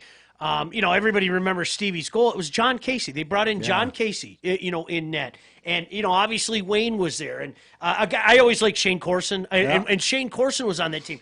That was a team that probably would have beaten anybody else in that series. Right, that's it. Like, honestly. Matchups. They had to play the wings. They had to play the wings of Joe Louis. And that was Stevie's moment, Matchups are so key. Timing, who you got to go through. I think, with the seedings and stuff like that, it's like, who are matchups a lot of time, dictate, and sometimes when you think it's an easier path, it really, isn't. They're all tough. In this day and age, I mean, it's when you see a sweep, I mean, you're surprised. Yeah. Isn't it weird how they in the league today too? There are just teams that, for whatever reason, they match up all right with that team, but maybe they play a crappy team and they don't match up with them. Absolutely. It's really weird how the game is, and I don't know if it's set pieces. I don't know what it is, but that's just something. Boy, when it was younger, crappy teams lost to good teams. Yeah. You set your watch to it. It's not like that anymore. There's a team that it's just, I don't like that matchup. It's like, what is this, the NBA? But you've seen more and more of that in recent years. Do you think all this analytics and the video and I mean, like, dude, guys watch video on the bench. Yeah. Do you see that? They got tablets on the what? Isn't it funny? Mix? And back in your day, set play. What's a set play? Everybody made get over the 9 and go to the net. Everybody made fun of Captain Video, Roger Nielsen. Isn't that hysterical now? I mean, you're talking 30 years ago. People, what's this guy doing? He's got VCR tapes. Everybody's got tape now on their laptops, on their phones, on the iPads. It's incredible. All right, what's the next one, Perry? Okay, so the next one we have San Jose and Colorado. You go first. Oh, Colorado. I got Colorado in 6. I'm going with that Shark Destiny. I honestly, I like Pete DeBoer and Steve Spott. I'm not going to lie. There's some familiarity there, but I think Carlson on the blue line. The way that they face the adversity in the series, when you see a team go down 3-1 and 3-0 in Game 7 and fight their way back, there's something going on with them. So I'm gonna go San Jose in 7. I'm going San Jose in 6. Same fate. I can't. My fate. Right there's something to it. Yep. It's gonna be a great series, though. Yep. I think that's going to be a great series. I think Dallas St. Louis is just going to be. I think they're going to beat each other up pretty good too. Yeah. And this is going to be so. Ken Cal picked Colorado. Ah. I'm going with Ken again. Of course you are. All right. Well, when you're 1-6, you. Yeah. Oh yeah. Later. Just keep copying. Yep. So flashbacks to high school. Hey, if I'm gonna suck, I'm gonna suck on my own. All right. Yeah. Exactly. Thank you very much. I already did that. I'm going to try something different. You know, you got to, yeah. And then the final one will be the Islanders against the winner of Carolina and Washington, which Washington looks like they've got the thing right You would now. think, but you know, how's that? That's a tough matchup because you know you'd have to take Washington. I would have to take Washington in 6, but. Barry against the Islanders is so intriguing. But that's just it's been such he a knows. great story. See, that's the thing is that now people understand. Barry Trotz, the coach of the Islanders, if they play Washington, coached them to a Stanley Cup championship last year. So the fact that he knows all these guys and what it would mean, yeah, I'm gonna go Islanders 7. No, wait, have to be Islanders in 6 because there's no way Washington loses 7 at I don't home. think so either. So you'd have to go Islanders in 6. I'm going Islanders in 6. Ah, you did I it. feel so dirty. I'm going 7. Okay, I'm you're going Islanders Oh, too? hell yeah. Wait, you what said, Ken you can't- choose? Ken, well, he hasn't chose yet because he doesn't know. That's what he said. He goes, I don't know yet. I'm not picking. So, but I agree. I mean, Trotz is just into it. I mean, into the head. Had to slide over and check the checkers score. Yeah. Oh, what's yeah. the score? So 2-0. They're up 2-0 halfway through the. What's the GR score? And that's they're 1-1 in the series. And GR just scored. It was. You saw the game last night, right? You saw they're- it. I saw the highlights. GR just scored. My They're boy up McCarty. 1-0. Dude, it's a clean hit, dude. You're gonna give, dude. I watched the replay on that. And I'm going, idiot. Did you see the tweet that the Wolves put out? No. I actually retweeted them and made fun of them. You I'll want try to sit? pull it up. Tell what happened? Okay, so go last night in the AHL, the Grand Rapids Griffins playoff against the Chicago Wolves, Dylan McElrath, the big defenseman that was called up, guy's coming down the wing with his head down. Guy pinching him off, and D-Mac just freaking stood up and lambasted him. Now, did he hit him in the head? Is that what it was? Yeah, or- well, this is what the Wolves said. This is the Wolves' perspective, and I tweeted this out and added to it.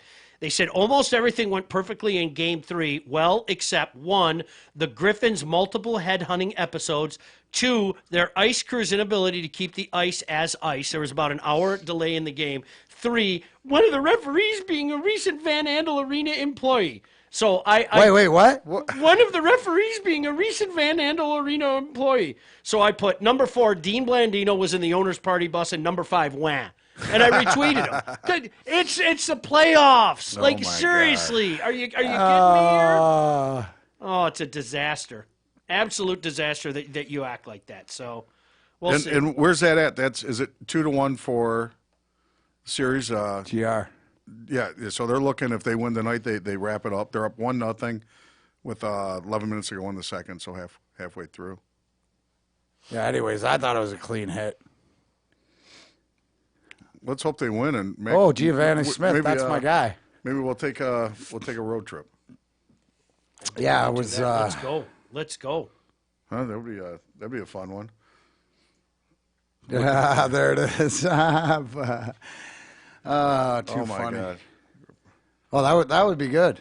So One that of the does referees that, being a recent Van Andel Arena have employee. no What idea the what hell that do they means. mean by that? What he shoveled the ice? I mean, Clearly he was on the payroll. Yeah, you know I what I mean, mean? yeah, You've you know, dealt with just- that, I'm sure. So oh yeah. it's but I mean, for a Twitter account to say something like that. I mean, no, for a team, for a professional team's Twitter account. Like, hey, dude, Joe Schmo can friggin' tweet that out all he wants, right? Yep.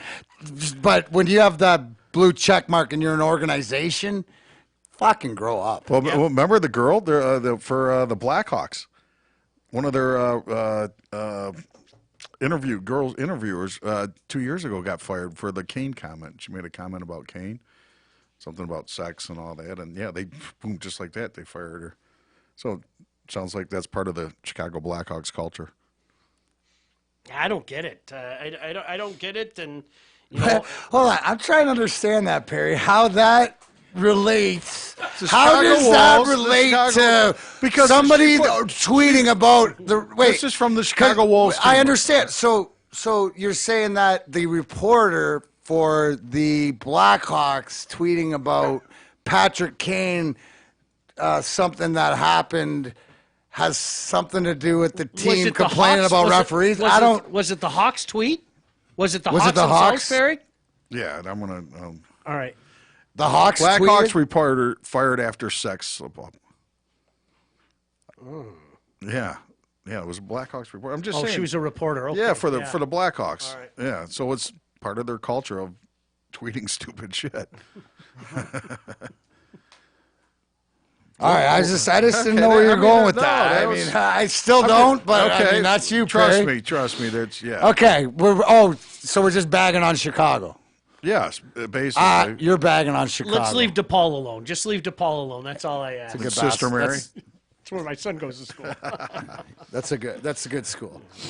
All right, so out of the second round matchups, Perry already tipped his hand, said that he's going to make sure that his DVR is set to CNBC to watch St. Louis and Dallas series. Which one you got your eye Man, on? that's so hard. The Trotz angle is massive. I mean, the Islanders have been such a great story, and the way they've been limiting teams, they didn't just lead the league in goals against and goals allowed. I mean, they blew it away, and there's something to be said for that. And then, you know what? Colorado's fascinating to me. I know around here people still cringe when they hear that word because they're pretty good right now. But again, people forget they're getting Ottawa's pick. They're going to be really good. They're going to be really good. They're going to be a really good team very, very soon. So it'll be interesting to see. And you know what's interesting? I wonder if Patty was maybe having some regret from storming away and having his temper tantrum and taking his ball and going back home. Hey, you Because know what? You know what? Grind time with Darren McCarty has to say about that? Who fucking cares? Fucking whiner. I hope he is. I mean, so he's thinking about that and thinking about me, and he's thinking about Vernie beating him up and thinking about Ozzy beating him up. And All right, you know what? a miserable dude. You brought it up. Do you know there are two guys. I always respected the hell out of Forsberg. How did you hate Joe Sakic? I didn't. Yeah, what's there to hate about No, him? dude. Like I used love to say Joe. that back then. Listen. I used to tell everybody when I wasn't on the ice, check him wherever. Like I just spot shot him, watch him release. And he's the nicest guy too. And he's from Burnaby. That's where I'm from. So fuck. Well, Mac, that was like No, you couldn't You because you can't. don't. You You can't. can't. It's like Stevie. You can't That was be the a comparison Colorado. you used. It's It's funny. there. Yeah. It's there. And the analogy and comparison, the fact that those two guys are almost like the left-handed, right-handed version of each other. Mm-hmm. And I always tell the story. Stevie was enamored of trying to get a right-handed Sakic curve. He always had trying to get because Sakic shot left, but it was always from my vantage point, that was one of the guys that Stevie just had the utmost respect for. We all did. Yeah. Now we play hard against him, but again, Forsberg and Waugh and Foote, we hated. Yeah. Ricci, great guy. Yeah. I known him since junior. There's just different guys, but again, that comes down to people. Yeah. It's the same thing as that in the media business. Yeah. 95% of the guys are good guys. Then there's the 5%. Yeah. Just so happens that 5% works in Detroit right now. Just kidding. One or two of them. Yep. All right. So before we get off the playoff topic, any front runners? Anybody you like going into the second round that if you had to put a dollar on it, who would you? Isn't that funny though? I ask you that question because I thought about it. And think about it. Gary Bettman, right? It's a perfect world. Okay? You got 2 number 1 seeds that are out, and you do not have somebody. You could just as well make a case for Columbus as you could for Washington. Cost certainty. This is what the league wanted. I mean, this is what they wanted. They wanted cost certainty, and you know what? There's two ways to look at it. I mean, in a certain regard, I think it's great. I really do. I think it's great. And then there's that part of you that says exactly what you just said, Mac. Is like, well, is it really great to not have there's not a villain out there right now? The team that you're looking at, you might not like this team or that. You might still hate Colorado. But isn't the that Bruins, society? Whatever. Yeah. Isn't that what we don't live?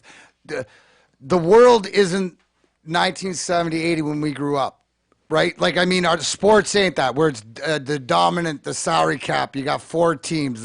Whatever it is, right?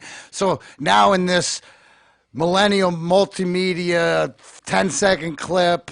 Got to keep everybody, participation, got to keep everybody, right there instead of I don't know. I learned dominance, you dominate and from the top and down. So in saying that, I think it's society. Same thing as the same hip that we watch in 1980, guy coming through the middle with his head down, get lit up. In 1980, you're like, you stupid idiot. What are you going through the middle of your head down? Right? 2019, you're putting the guy in jail who hit him. What are you doing touching him like that? What are you, Oh, Mac. So I think that it's sports these days. We're in that vessel. So my thing is to everybody, don't fight it anymore. Just accept the fact that it's not your game. It's not the game. It's not our game. We can go back. The greatest thing is we can talk OHL. We can talk history. We can talk Canadians, right? Because hockey people can sit there and go back to a time frame the way it is. That's the greatest thing. You put hockey people and they'll remember whatever else and ring names up and smells and places. And that's sort of trying to, so I guess the whole thing is bringing the culture of the old into the new of the game. You know what's interesting, though? You're still going to have, because I got some shit on Twitter last week, the Svechnikov-Ovi thing, right? All right? I don't want to see a guy get a concussion. Absolutely. Nobody wants to see it, okay? But here's the thing. If somebody got mad at me because I said he learned a lesson.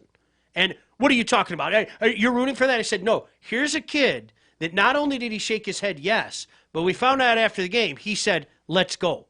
And you don't want to risk that? Don't ask a guy to fight. I mean, really, that's the world that we grew up in. And, I'll go back to you and Claude part 2. He had to ask you to fight. There's no other way. No, he never asked. I motherfucked him. I said shit that you want to talk about being in trouble for the shit that I said to him. I could never fucking.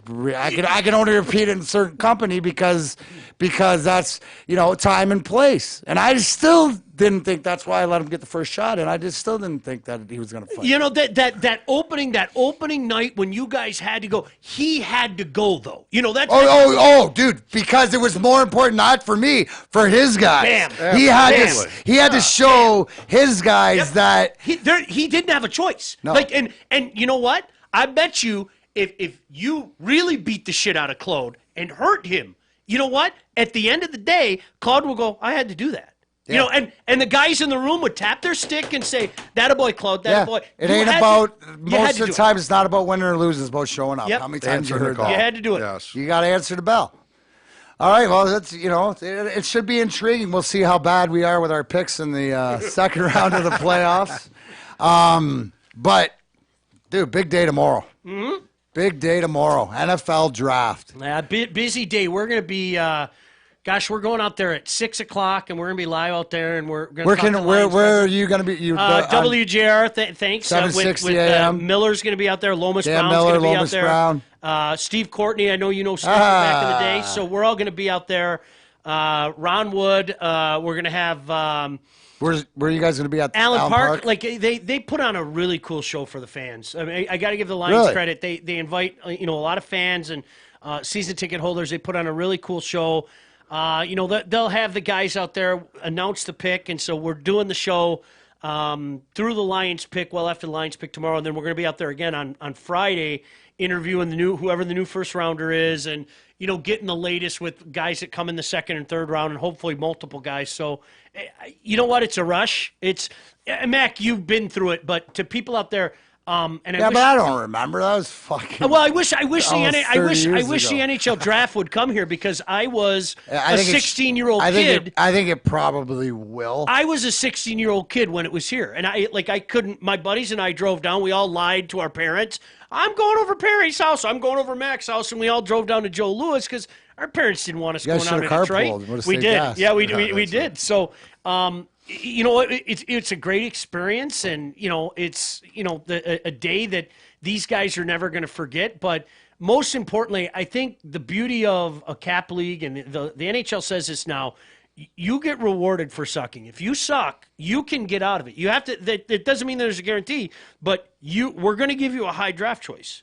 And what you make of the high draft choice is what determines your future. And that's what Bob Quinn's trying to do with this franchise is make those draft picks count and get value in later rounds. And that's something, when we talk about the Red Wings' long-term success, how many of those guys did you see taken in the 6th round, in the 7th round, in the 5th round, taking a chance on the Russians that nobody thought there was a snowball's chance in hell that any of those guys we got would Russian come over football players out there?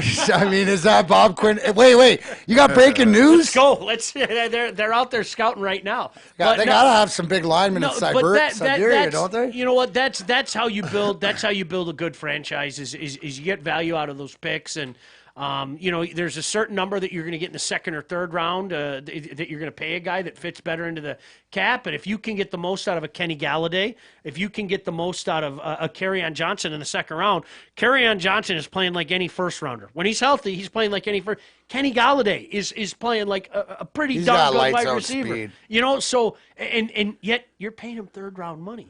That's how you change. That's how culture changes. Would that not be? We're talking about culture and change and whatever. Is that not the New England way? Yeah.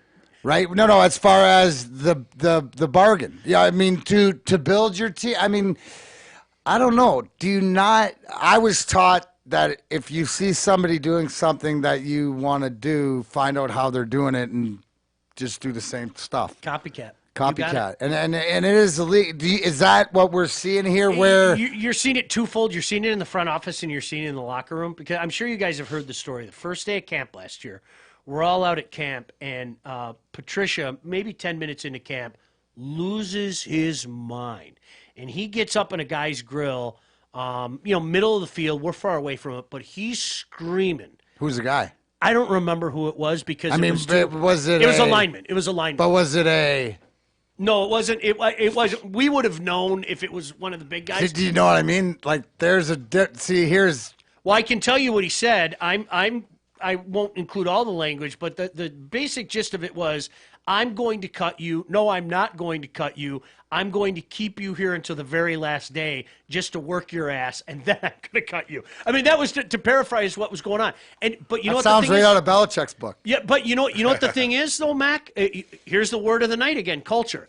You know what happened? We all instinctively turned our heads around to Mike O'Hara, who I got the utmost respect for, a guy who's covered the lines forever. And everybody kind of looked around at O'Hara like, have you heard this before? Nobody had to say it. And Mike just looked at all of us and goes, nope, I've never heard anything like that. All my years being out here. And that's what he had to do. He had to come in here and say the way that things have operated before, and that's no disrespect. That's no disrespect to Coach Caldwell. But he said, this is the way we're going to do things from now on. This is the way it is. It wasn't shiny, happy people holding hands and club happy times. You were going to work. And I think it took most of the season for guys to buy in. And if you remember, you had some of the veteran players kind of speak out late in the year. Ricky Jean-Francois, in particular, after the last game said, hey, some guys have to decide, are they going to buy in or not? If you remember, that was his big speech after the end of the year, and it is. And what, like, Sean, when you say that, buy in, what is it exactly, or what can, like, we relate to? I'm trying to relate to the listeners. I'm gonna try to. The best way I can describe it is maybe what was the famous quote by, I heard Dryden say it and Schutt say it about Scott. 364 days a year, you hate his guts. 365, you get your ring. Yep.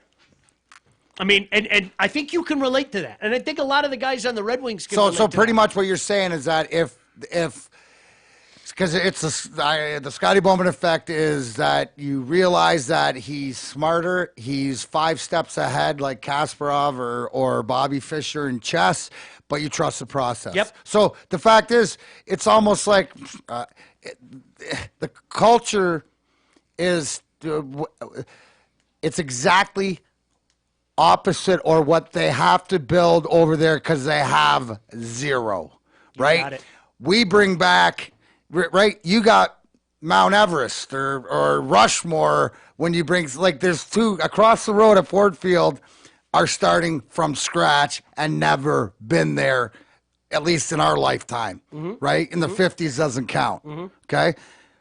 Across the road at Little Caesars, right? You just revamped, brought back everything as far as culture, credibility, history, impact. If that was a download into Little Caesars Arena, you got everything out of everywhere, right? So people understand that hopefully maybe, that's that once they do buy in, because once you get the right people there to buy in, that's when you start making progress. got it. So my question to you, are the right people there? I think they are. I really, truly say that. I like the one thing that Bob said that I absolutely love, because I think all Lion fans, and probably us in the room at one period of time, are all guilty of this. Bob said, I don't want to compare the Lions to the Lions anymore. I want to compare us to the rest of the National Football League. Absolutely. Because, you know, around here, you know what we do, whether we want to admit it or not. Like the Lions a couple of years ago, Caldwell's last year, they go 9-7, right?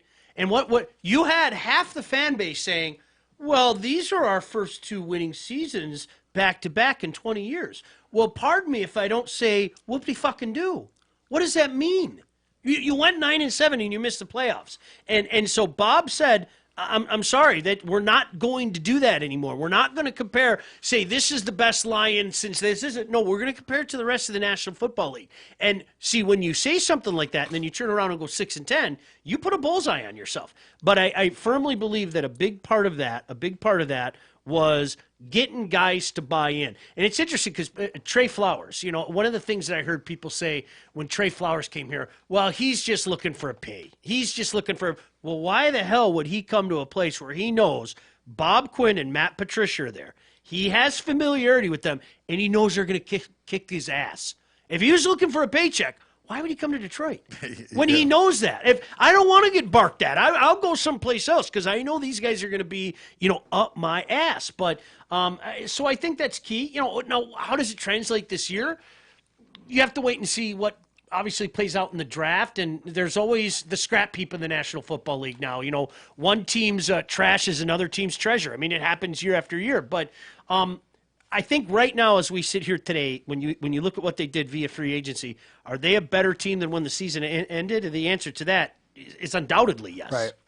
I think that what I'd like Lions fans as myself, the perspective I'm going to try to take is that and as long as, so you answer my question that you believe that the right people are in place, step A, as moving forward softly, because if we realize this, look in the National Football League, because the Lions have a great ability to fly under the radar, not in the games, but as culture, and to build that. Because who's going to be front and center this year, right down the road in Cleveland? The Browns, who have made those splashes now. That, to me, that's just with all that, noise. I hope that they are successful, but that seems like it's volatile. What it seems here is that you have more of a, I guess, rubble foundation that you're starting from to do it from ground one. Like I said here at Grind Time, I want to do it right and slowly but surely, and you build the foundation, you build the floor. It goes back to the beginning, hour and a half ago when we started this conversation about culture. The Red Wing one is 35 years, so to speak, in the making to start to come back. Culture is something that once you establish it, then it's there, right? And I think the thing with the culture is also you're going to have the fans become part of that culture. as fans, we're the not biggest part of part. any culture. And same with the reporters. football. And same with the reporters, because I go back to it might have been late training camp or the beginning of the season, and I remember a couple writers or reporters were talking about how Patricia had already lost some of the players, and I'm going, wait a minute. To me, my first thought is having a brother in coaching and knowing the sports world and that, going, well, maybe these guys aren't the right guys for this team. Maybe they're the ones that need to change their culture and their attitude and move on. And you know what was fascinating? Did that happen? You know what was fascinating to watch some of the guys that happened with, and in particular, I thought the young players. I thought there were a lot of young players that came in, and this is all they knew. Like I'll tell you what, Deshaun Hand is going to be a guy. I think people in this town are going to love him. If they don't love him already, I was going to say I like him. Yeah. If they don't love, he's hysterical. His motor's always on, and that's half the battle. And I think what he has done as well is he's made others around him better. And I'll go back to what Max said. When you pare it all down, and I'll compare like what's happening in Cleveland and what's happening in Detroit. Cleveland is sexy right now. They are. They've got the sexy quarterback in Baker. There's no doubt about that. He had it last year, okay? They got their sexy wide receiver. They got a couple sexy running backs now. I'm not saying that it's illegitimate, so please don't misconstrue. But you know what Bob Quinn's doing? Bob's saying, we're going to start with the foundation, and our foundation is our lines. And it's taken him a couple off seasons to get what he wanted, and he might not be done yet with the offensive line, but it's taken him a couple off season to try to work that line right. And unfortunately, some injuries have worked against him in the last couple of years. And the same thing can be said about the defensive line. And now that you add Trey Flowers into the mix with Robinson, who looked completely reinvigorated last year. This was a guy, if you ask any of the beat writers that you speak of, at the beginning of the year, everybody's sitting back going, this guy's not going to make it. It isn't happening. But you know what? In concert with the young Deshaun Hand and some of the other pieces you now bring in a guy like Trey Flowers, all of a sudden, guess what? It's starting to come together. And that's what you were talking about, Mac, that foundation. That's the foundation that they're going to build. And from there, then you can build from the inside out, so to speak.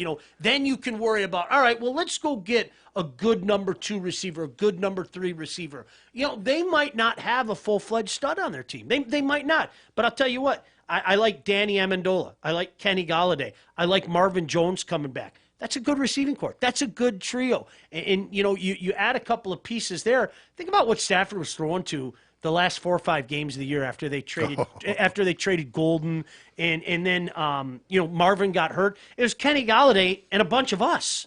You're just not going to have a lot of success. So you take your lumps and you build. In my mind, you build from the outside in, and that's what he's trying to do. Trying to get both trenches completely set, and let's see where we can go from there.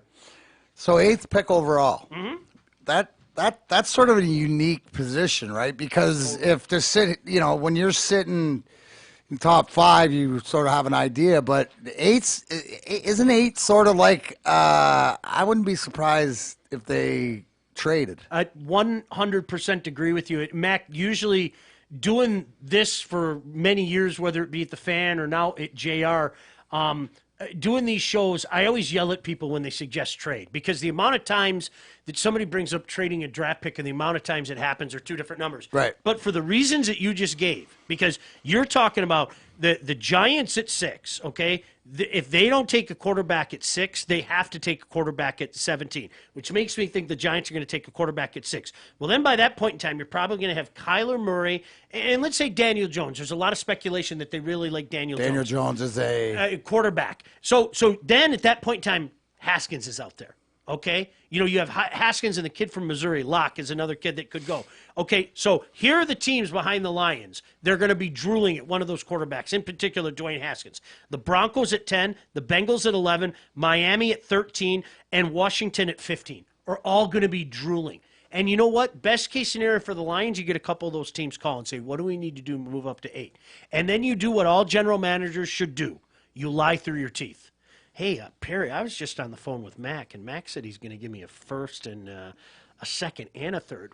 Well, oh, yeah? I'll give you a first, second, third, and fourth. Is that how it goes? Oh, guys lie through their teeth. No, I get they lie through their teeth. Yeah. I'd actually like to hear those. Guys lie through their teeth. So, because Mike, is there anybody that has a possibility of falling to them at 8 that they, like Oliver's not falling, Allen's not falling, Bosa's not falling. Is there somebody that might fall to them? The speculation is they're talking about tight end Hawkinson. I've heard a lot of people suggest that. I just don't think with the value that Bob Quinn has put on a tight end so far in his tenure, and all I can do is base it on what he's done so far, I don't think he's going to do that. I don't think so either because he's got a viable one in Jesse James for what he's proven he wants to do. Yep, right now. He just hasn't put value into a tight end so far. He just hasn't. That's one thing that's kind of deviated from what the Patriots did, because the Patriots had obviously Gronk and Aaron Hernandez before he lost his mind. But it was. Was that the friggin' nicest way to friggin' put that? That's the best way I can put it. Devin White is a guy another guy that I just don't think he's going to fall. There are some guys that you mentioned Hawkinson. I think Hawkinson has to be mentioned. Devin Bush from Michigan. Devin Bush could be that type of guy that I think he could make Jared Davis a better player. Jared Davis really came on as the season went on. The problem that the Lions had is when you ask a guy, and you know this from playing, when you ask a guy to be something he's not, you're screwing yourself and you're screwing the guy. Right. Screw the guy more than anything. Mac, you put him on bad tape. Mac, you put him in a bad spot. Yeah, what do you want me to play D? Yeah, Stay backwards? Fuck you. Fucking suck it. I was going to say, you know what? Nick could make anybody look good. He could. Listen, what are you talking about? But you're not going to throw Darren McCarty on Nick's left side, Well, you could throw me on Nick's right side, and that's the only probable way that I could get through it. Right, Dandy? That'd be Matthew Dandino, yes. Yeah. You goated Matthew Dandino? He's swearing in French right now, I'm sure. I love you, Dad. Yeah. But no, so basically, if you get a guy that can come in and he can take the backs out of – because I look back at the Dallas game, okay, and I think that's what everybody, really pegs on Jared Davis. Jared Davis isn't the type of linebacker that should be out in coverage on Ezekiel Elliott. So that play happens, and people go, oh, this Davis guy sucks. That shouldn't happen. Like, he shouldn't be in coverage out with Zeke Elliott. He should be the guy that's you need that sideline to sideline guy, and so I think there's some speculation that could fit the bill. Because that's one thing too, and I think that you touch on a good point. Is there because if somebody comes in here that they can add, that can help who they have already, like you said, to be able to, if it's Jared Davis being in the middle calling the signals, if he's got one less responsibility, then he gets to focus more on that. And I think that just goes to show you depth. And depth is probably the biggest thing that they need. Yeah. You know what? All of a sudden they look, in my mind, they look pretty good in the defensive backfield. You not only, you have Darius Slade, but the additions that they had, I think that, you probably need another safety, but you don't have to worry about that until down the line. So a lot of things really do look. Jonah Williams is a lineman out of Alabama that his name's been mentioned a lot. Well, you might not be able to take him at 8. A lot of people might weep and wail and gnash their teeth, but if you can trade down, say, to 13, Miami's, maybe the object is to pick up. If you can use that 8 to pick up an extra player, especially second round or late first. The one thing that the scouts are saying this year, and one of my buddies is a scout, and he's been saying this to me since January, and you know this from being a junior hockey guy, there are just some drafts that shape up differently. They're very top heavy. Sometimes you get that draft that's very this one's sort of second round, middle tier. Yep, that's what everybody's saying. The powers in the strength of role players, or in the guys that you need. Might not be your breakaway sexy. Let's get a Kerryon Johnson in the second round again. Somebody like that. You know what, Mac? We already have one. My buddy used the term. My buddy he said probably between 25 and 70 is where the value is in the draft. It was funny. He's been saying that for months. And Bob Quinn came out and said there's a lot of guys in the second and third round that we really like. So that would be I want my listeners out there to, when you watch, and obviously coming from I never played football, but I've been a Lions fan and stuff like that. So it's just sometimes when you have a little bit, this is what I'll be looking for tomorrow, watching, because if it plays out, right, because it all changes. Because, now as you come down and you talk about posturing, it's been Kyler Murray going first all along, and then now it's like, because you never know if something in the top 3 or 4 or 5 doesn't go the way it does, that splits everybody else up. But if the Lions don't, if they're going to take somebody, who would it be? But if not, look for them to solidify a bunch of picks. Zadina last year. Yeah. Nobody. Yeah. We're talking hockey again, I mean, nobody thought Zadina would be there at 6. Nobody thought. And you have to take him. Yeah, you had to take him. No ifs, ands, or buts. You had to take him because, as you said, all it took was one team, and it was Bergevin in Montreal. Fell in love with the Finn, and the kid was all right. For an 18-year-old, he played the whole year in the league, and let's see what happens. He was all right, but all it takes is that one team that kind of goes off the board. And we were talking before the show, the interesting thing is a lot of people had Haskins, who's a New Jersey kid, going to the Giants. Like, that was a foregone conclusion. To your point, Mac, well, you know what happened? Like 2 minutes before we started taping this is now all the reports are saying the Giants are in love with Daniel Jones. That's so there's so many smoke screens out right now. Guys are lying through their teeth, just throwing things out there, just false things to try to get people off the thing. But Mac, I'm with you. You brought it up to start the conversation. If there was ever a year where the Lions could trade down, it's this year, only because of the premium put on the quarterback in the National Football League right now and the teams behind them at 10, 11, 13, and 15 that are all looking for a quarterback. And nobody wants to be left out. If you see, like we were just talking about, Kyler Murray and Daniel Jones off the board, well, now all of a sudden you have 4 teams sitting there going, okay, it's Locke or Haskins. And then you've got the Rosen factor, because Rosen, in all likelihood, isn't going to be staying in Arizona after they take Murray. So teams are going to be jockeying, and the Lions are definitely one of those teams that they're going to call.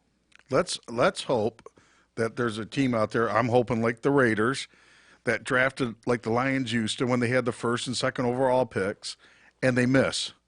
And take those picks that just miss. That they just miss. Then it falls down into our lap finally, and we can take advantage of other teams. Do you have a wish pick, like, to fall down? Because to go, it's funny that you brought that up about Jared Davis, because of looking at all the things and I don't think he's going to fall, but for me, Devin White, linebacker, That's a LSU. great one. You know what? Sideline to sideline guy, just to what you're saying, but I don't think he's fallen. But that, to me, would be one of those guys that might be too good to be true. You have to take, because it might not set you up. Do you see? No, I mean, you never know. I mean, Josh Allen is the same way. I'd feel the exact same way. I'd probably start weeping on the air, and everybody would make fun of me because are you kidding me? This is available, but Mac, it all depends. Like, there was the one year where the Lions ended up taking Nick Fairley, and unfortunately, as we know, it didn't exactly work out.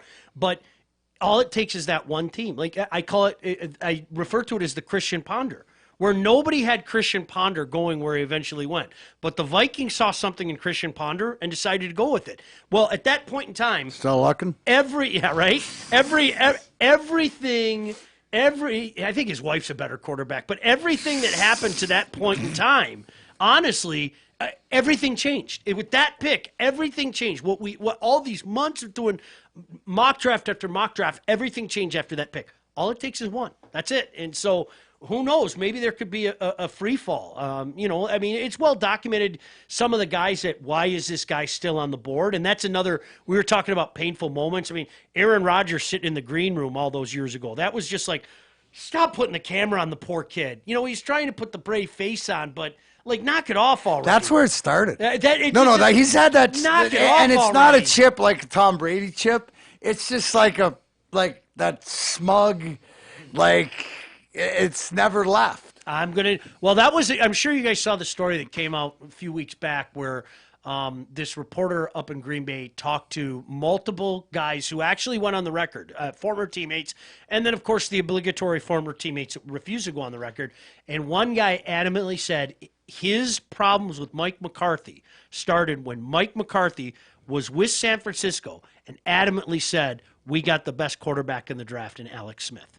And from that day, Aaron Rodgers had a chip on his shoulder. So when Mike McCarthy comes into Green Bay as his coach, even though they had all that success and they won a Super Bowl and everything, again, I'm just telling you what this Truth. That he said. I believe it. He said Aaron Rodgers just had a chip on his shoulder for McCarthy the entire time because in the back of his head, he remembers him saying Alex Smith is the best quarterback. And to me, at that point, well, what are you supposed to say? This is a guy you just picked, right? Well, you know what? We took this Alex Smith guy, but I'll tell you what, I think that Aaron Rodgers is a better quarterback. You know what I mean? But Aaron Rodgers, And that's it has been the fuel to his fire. It has been the fuel to his fire. But again, here's the difference. His fuel to his fire has gotten selfish. Selfish. Wait, Brady's is fuel to his fire to make a better team, to prove everybody wrong with the help, right? Aaron's always about Aaron.